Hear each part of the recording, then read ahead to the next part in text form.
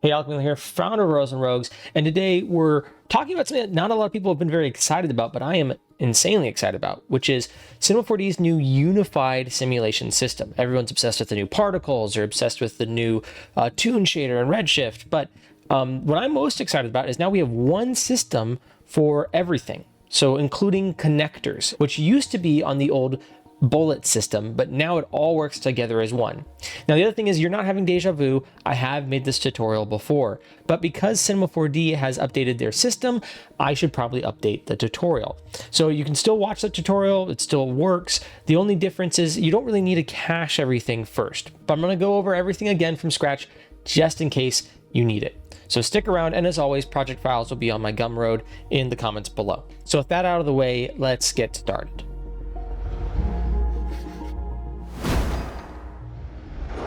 Okay, so we're in Cinema 4D, and here's more or less what we're going to be making is the simulation, which has a rope. The rope's connected to an object that you want it to hang from, and that object has a joint on it. So a connecting joint that lets it operate independently. So what we can do here is play with our wind speed, and you can see all this plays together super nicely. It all works in one system. So that's what we're gonna be working on today, but this applies to all sorts of stuff you might want to have hanging. You might have a fish hanging from a hook, and that fish you might want to be a soft body object or something like that. So this will work for all of those types of situations.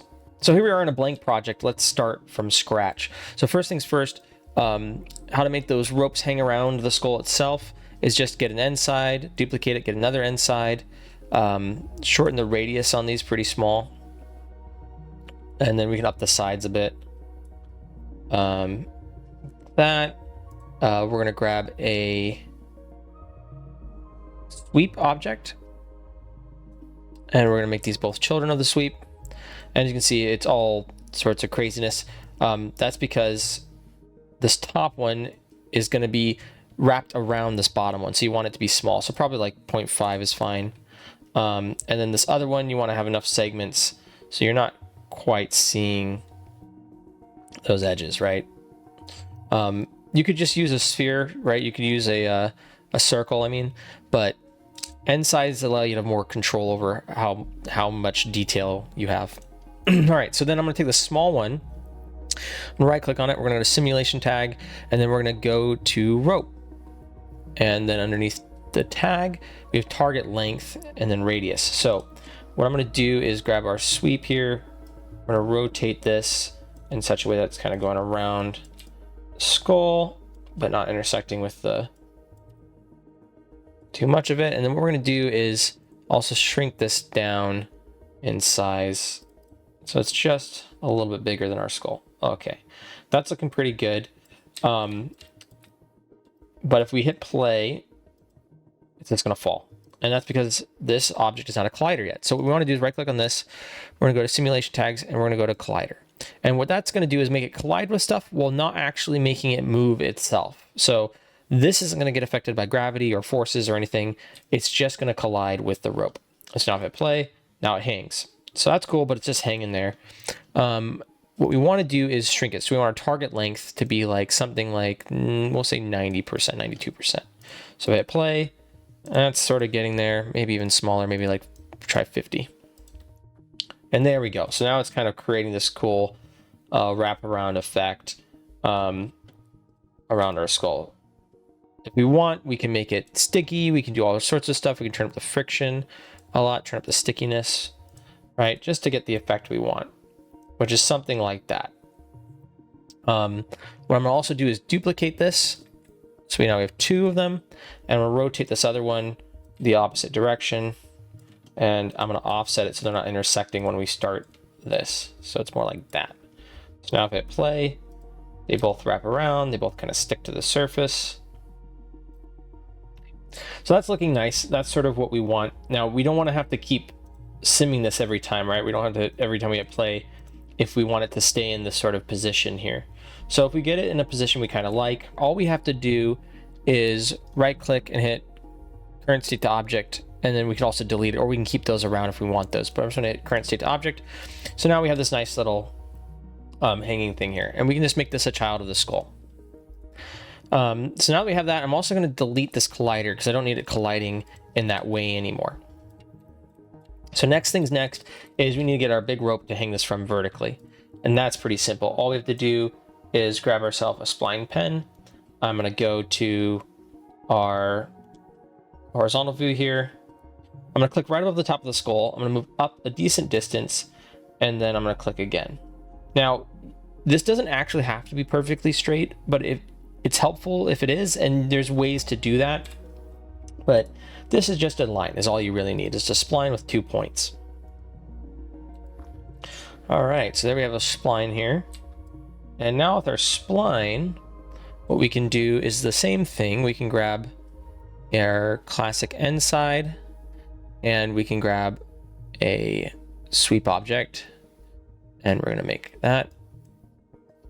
Rearrange those, make our end side much smaller.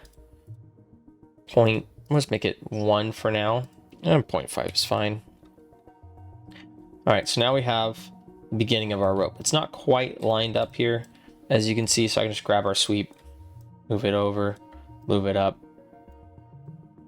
until it's more or less where we want it to be. All right, once we have it close enough to where we want, what we can do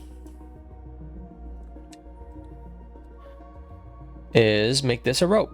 Simulation, right click, simulation, and then go to rope. And now it's a rope, which is great, but it just falls straight through. So we need to do a few other things. One thing we need to do is come up to the top point in point mode. If you're not in point mode, click here to get into point mode. And what we can do is make that into an anchor. So all I have to do is have that set. I'll have display anchors checked as not important. That'll just show it on your render it, and you just hit set. And all that does is lock that point in place. So now that's stuck there. You might notice some flickering. I'm going to show you how to fix that in just a little bit. All right. So next thing you want to do is we're going to want to grab this bottom point, and we're going to want to connect this to the skull. And the way we do that is pretty simple. We just right click, go to simulation, tags again, and then go to connector. And then it needs to see what it's going to connect to. So all you have to do is go to your skull again, right click, simulation tags, rigid body. And now that skull is a rigid body. Now what's cool about this is right now we can't really see what's going on, right? You can kind of see you have the skull, you have the tag. But what I'm going to do is under our settings, you can go to Control D or Command D on Mac, simulation, and then down here is draw, and you can hit enable, and then I'm just going to turn all of these on. And what this is going to let you do is start to see all the physics that's happening within your simulation. And if you move forward 1 frame, you won't see it frame 0, but if you move forward 1 frame, it will start to pop up. And you can see here, it's sort of drawing this net around the whole thing. And that might be what you want, but probably not in this case. And it's not what I want, especially. So how you fix that is you go to collision, shapes, and instead of auto, do a triangle mesh. And what that's going to do is now draw a triangle mesh around your shape.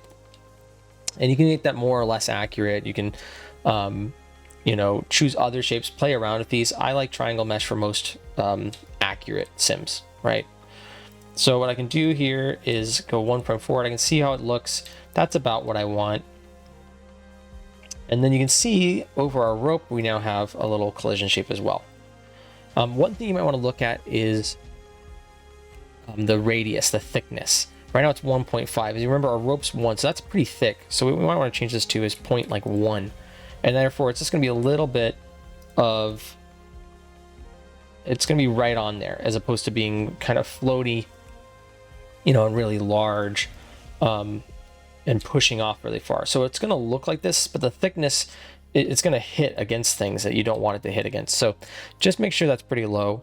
0.1 is fine for me for what we're doing here.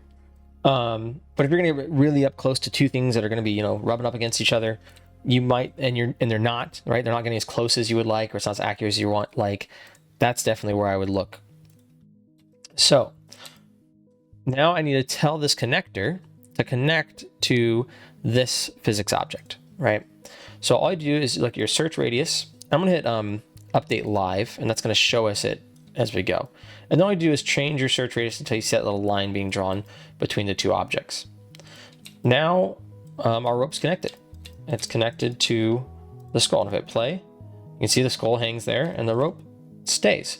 Now it's not wobbling around like a rope, and there's a few reasons for that. Reason number one is there's not enough points. There's not enough intermediary points. So right now I have it at adaptive, but you can set it to whatever you want, and you might want to set it to uniform.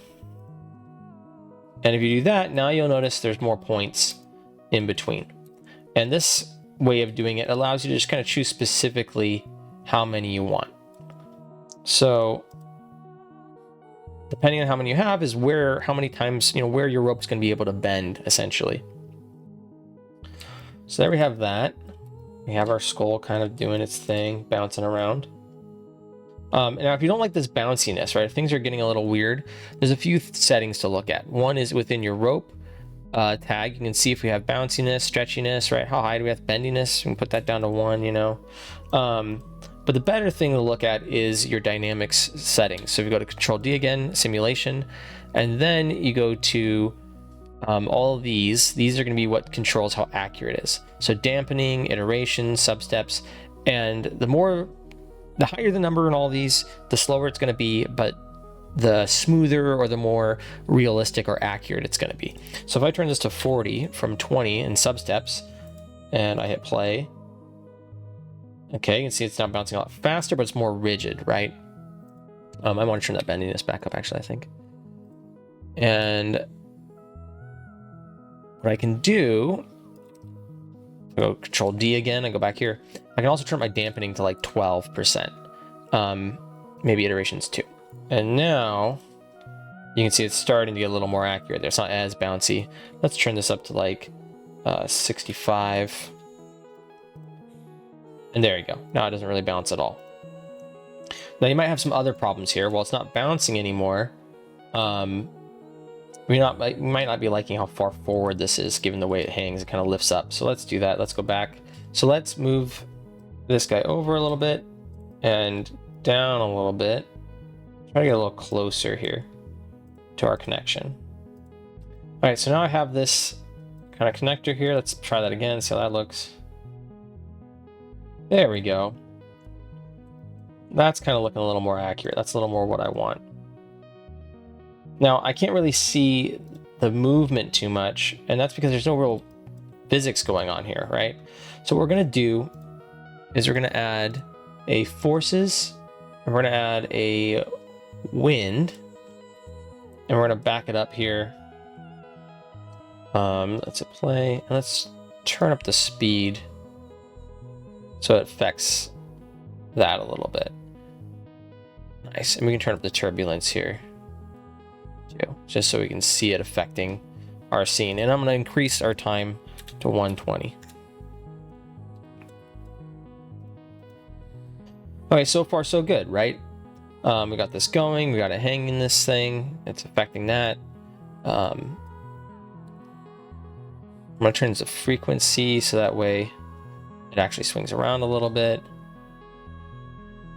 So if you notice it doing this weird thing where it just sort of cuts out at a certain point like that and just sort of stops, and you're like, what's going on? I just extended the length of my scene so I'd be able to see it keep going. Underneath your rigid body tag, there's going to be a subsetting called timer under deactivation, and this is really easy to miss. So essentially it's saying under any of these conditions, deactivate, and one of them is after 60 frames, right? Okay, so when we have this hanging, we have it moving around. How do we get this jaw attached? Now, this is where in the previous project I said bake everything down, cache everything, and then restart a new system, right? Put this all in a box, and so on and so forth. But now with the new updated system, all we have to do is right click on this, simulation tags, rigid body. So this is another rigid body here. And then we can go up to simulate, connectors, and then choose angular. And this is the same thing as before. It's a joint, right? It's our little connector like we had before. If you watch the other tutorial, except for the fact that now it works with our current system. So we don't need to make a whole new system, which is wonderful. All we have to do is get it lined up the way we want. Kind of in the right spot here. Alrighty. That's looking fairly good.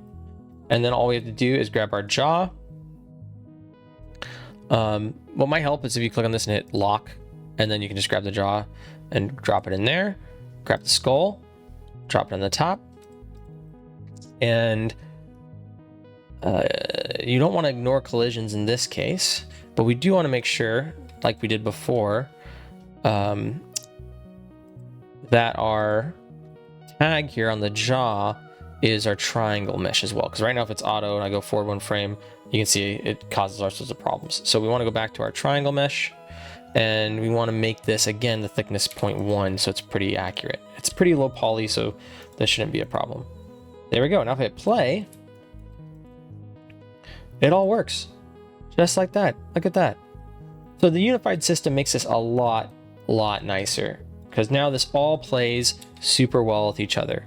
If I go to Control D again, you can see all of our physics objects, and we can turn off draw just to see it playing out, just so I can show you guys that it all works. Now, if you get weird interactions, right? If this jaw is like this bottom jaw's flying backwards or something like that, and you don't like that, what might be happening is your wind might be affecting things you don't want it to affect. So just go down to your forces underneath your tag, and then exclude, and I can drop in the wind there. And now the wind won't be affecting the bottom jaw, and you can see it gets a little more movement in there. If I were to turn it off or whatnot, you know, it's only affecting the top and bottom part as I turn it on and off. So one last thing, I haven't noticed any issues with this, but if you're getting this weird, like stretchy here, right? It's like, I don't know if I like how that's going. I believe it's still operating correctly, but what you can do is simply make your connector a child of the top half, right, of the skull or whatever it is. And then you hit play, you can see that's moving correctly now with the rest of it. All right, so I promised you guys at the beginning of this, I'm going to show you how to fix this sort of twisting problem that you're seeing here, right? You can see the rope, it's twisting around and causing all sorts of issues. And when I go up to the very top, it's a little more evident what's happening.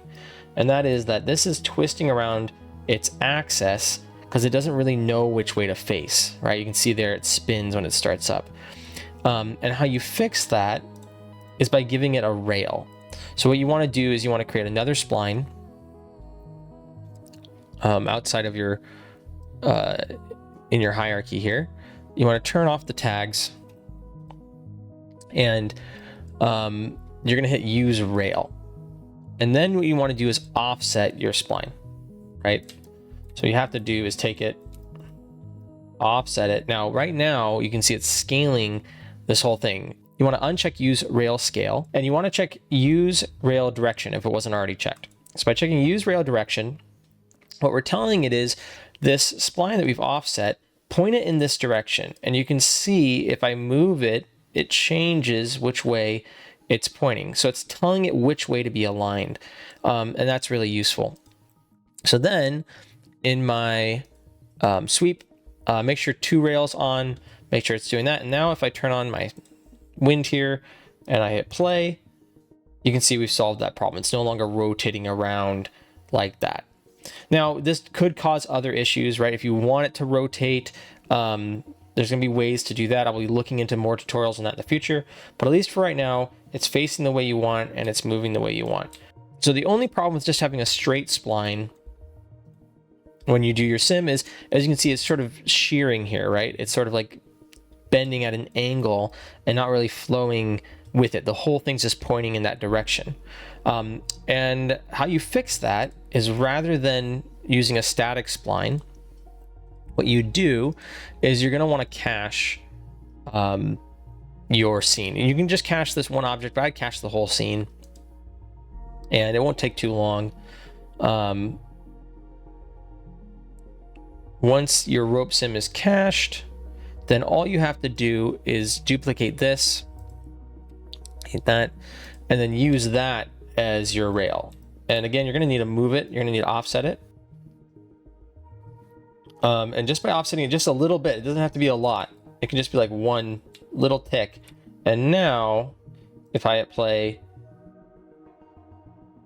it's going to be closer to that actual shape because it's going to have all the same bends and contours in it. So it still is telling it which way to face, but it's not as skewed, as it were. So if you're getting weird interactions, if this thing's supposed to move in like loop-de-loops, for instance, it's just not a straight line. So having another spline that, you know, doesn't have the same curves, the same contours, if that's going to be a problem, that's where you're going to want to use this method of making it into a cache first and then doing it. You should cache before rendering anyway, so this is just a good step to be in.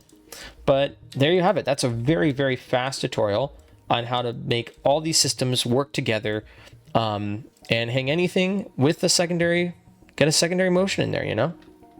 So I hope this helps. I hope this lets you build some fun stuff, you know, skulls hanging from ropes, maybe fish hanging from hooks, maybe, you know, whatever you want. But this is a cool new feature of the unified system.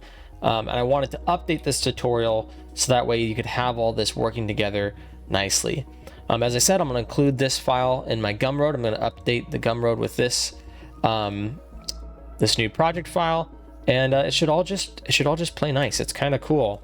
If you like this tutorial, hit subscribe. There's going to be plenty more. Also, check out our short film that we're working on. That's still going. It's been multiple years, and it's going to keep being years, but gosh darn it, I'm going to finish it one of these days. Well, with all that out of the way, thank you so much for watching, and I'll see you in the next one.